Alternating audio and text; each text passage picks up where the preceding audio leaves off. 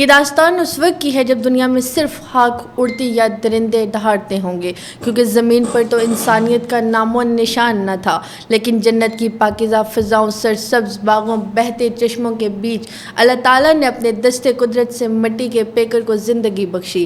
حضرت آدم علیہ السلام کی پیدائش ہوئی، جو تمام انسانیت کے باپ ہیں۔ قرآن پاک کی سورہ ہجر آیت نمبر 28 میں ہے، اور یاد کرو جب تیرے رب نے فرشتوں سے کہا کہ میں سڑی ہوئی سیاہ مٹی سے بشر پیدا کرنے والا ہوں۔ بائبل کی کتاب پیدائش چیپٹر 2 ورس 7 کے مطابق خدا نے آدم علیہ السلام کو زمین کی مٹی سے بنایا اور اس کے نتھنوں میں زندگی کا دم پھونکا تو آدم جیتی جان ہوا۔ مگر جنت کی فضاؤں میں بھی تنہائی آدم علیہ السلام کے دل پر بوجھ تھی۔ اللہ تعالیٰ نے آدم کے دل کی خلش کو جانا، اس کی تنہائی کو محبت میں بدلنے کے لیے انہیں ایک ساتھی ہوا عطا فرمائی، جو حسن و جمال کا پیکر تھی۔ میں ہوں ایمن اور آپ دیکھ رہے ہیں ڈول کا پول ڈیجیٹل، جہاں میں آپ کو سناتی ہوں ہر جمعہ کی شب تاریخ کے جھروکوں سے ایک داستان محبت۔ ناظرین، اس کائنات کا وجود اللہ تعالیٰ اور ان کے محبوب محمد صلی اللہ علیہ وسلم کی محبت کی صدقہ اور انسانیت کا وجود آدم و حوا کی محبت کا نتیجہ ہے۔ یعنی اللہ تعالیٰ نے انسانیت کو محبت کی خمیر سے پیدا کیا ہے۔ آدم و حوا کی محبت کی داستان انسانیت کے آغاز اور محبت کی شروعات کی داستان ہے۔ اس داستان میں عشق، گرمی، نعمتوں کی شفاف جھیلیں، نافرمانی کے تپتے صحرا اور آزمائشوں کے ٹھاٹھے مارتے سمندر بھی ہیں۔ جب آدم اور حوا کی نظر پہلی مرتبہ چار ہوئی، دنیا کی پہلی محبت بری نظر، پہلا لمس، پہلی ہمراہی، ان کے دلوں میں ایسا سکون اترا جو الفاظ سے ماورا ہے۔ جنت کے باغوں میں وہ ایک دوسرے کے ساتھ پھرتے، ندی کنارے باتیں کرتے، پھولوں کے رنگ اور پرندوں کی آوازیں ان کے محبت کے گواہ بنتے۔ یہ دنیا کی سب سے پہلی اور سب سے پاکیزہ محبت تھی، مگر محبت کبھی آزمائش سے خالی نہیں رہتی۔ قرآن پاک کی سورہ ہجر آیت نمبر 29 میں ذکر ہے، فرشتوں کو حکم دیا گیا کہ وہ آدم علیہ السلام کو سجدہ کریں۔ سب نے سجدہ کیا مگر ابلیس نے انکار کر دیا۔ یہ انکار شیطان کے لیے ہمیشہ کی لعنت اور انسان کے ساتھ اس کی دشمنی کا آغاز تھا۔ اللہ تعالیٰ نے آدم و حوا کو جنت میں بسایا اور ہر نعمت عطا فرمائی، لیکن ایک مخصوص درخت کے قریب جانے سے منع فرمایا۔ قرآن پاک کی سورہ بقرہ آیت نمبر 35 میں ہے، اور ہم نے کہا اے آدم، تم اور تمہاری بیوی جنت میں رہو اور جہاں سے چاہو آسانی سے کھاؤ، مگر اس درخت کے قریب نہ جانا ورنہ ظالموں میں سے ہو جاؤ گے۔ لیکن شیطان نے انہیں بہکایا، دلوں میں وسوسے کے بیج بو کر دونوں کو اس درخت کا پھل کھانے پر مجبور کر دیا۔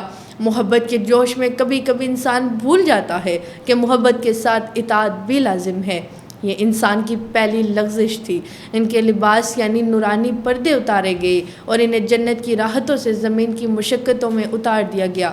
سورہ بقرہ کی آیت نمبر 36 میں ہے، پس شیطان نے ان دونوں کو بہکا دیا اور اس جگہ سے نکلوا دیا جہاں وہ تھے، اور ہم نے کہا اب تم اتر جاؤ، ایک دوسرے کے دشمن ہو جاؤ، اور تمہارے لیے زمین میں ایک وقت تک ٹھہرنے اور فائدہ اٹھانے کا سامان ہے۔ زمین پر پہلی صبح کی روشنی اداس تھی۔ آدم علیہ السلام سرا ندیب کے ایک پہاڑ کی چوٹی پر کھڑے تھے۔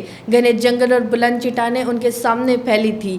ہوا چلتی تو درختوں کی سرسراہٹ میں ایک ہی سوال گونجتا، ہوا کہاں ہے؟ ادھر جدہ کے ساحل پر ہوا بیٹھی تھی۔ سمندر کی لہریں ان کے دلوں کی بے قراری کا آئینہ تھی۔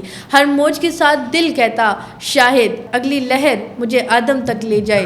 زمین پر محبت کا آغاز جدائی کی صورت میں ہوا۔ شاید اسی لیے آج تک محبت امتحان لیتی ہے۔ نہ کوئی خط تھا، نہ کوئی پیغام، نہ کوئی راستہ دکھانے والا، صرف تڑپ تھی، یاد تھی اور ملن کی خواہش تھی۔ آدم علیہ السلام ہر روز پہاڑ کی چوٹی پر جا کر آسمان کو دیکھتے اور دل ہی دل میں کہتے، یا اللہ، اگر تو نے مجھے ایک ساتھی دے ہی دیا تھا تو کیا وہ بھی میری تلاش میں ہوگی؟ ہوا راتوں کو ستاروں کو دیکھتی اور سوچتی، کیا آدم بھی یہی آسمان دیکھ رہے ہوں گے؟ کیا وہ بھی مجھے یاد کرتے ہوں گے؟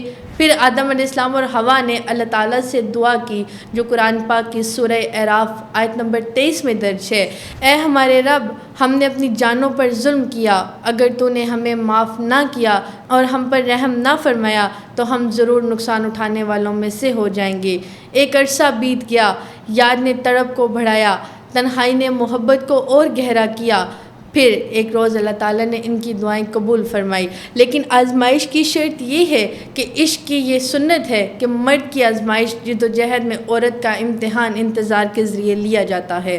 ہوا کو جدہ سے حجاز تک چند 100 کلومیٹر کا فاصلہ طے کرنا تھا، لیکن ان کے لیے اس کے بعد طویل انتظار کی آزمائش تھی۔ لیکن آدم کے سامنے تو بلند پہاڑ، سمندر، جنگلات، ریگستان، طویل راستے اور تنہائی تھی۔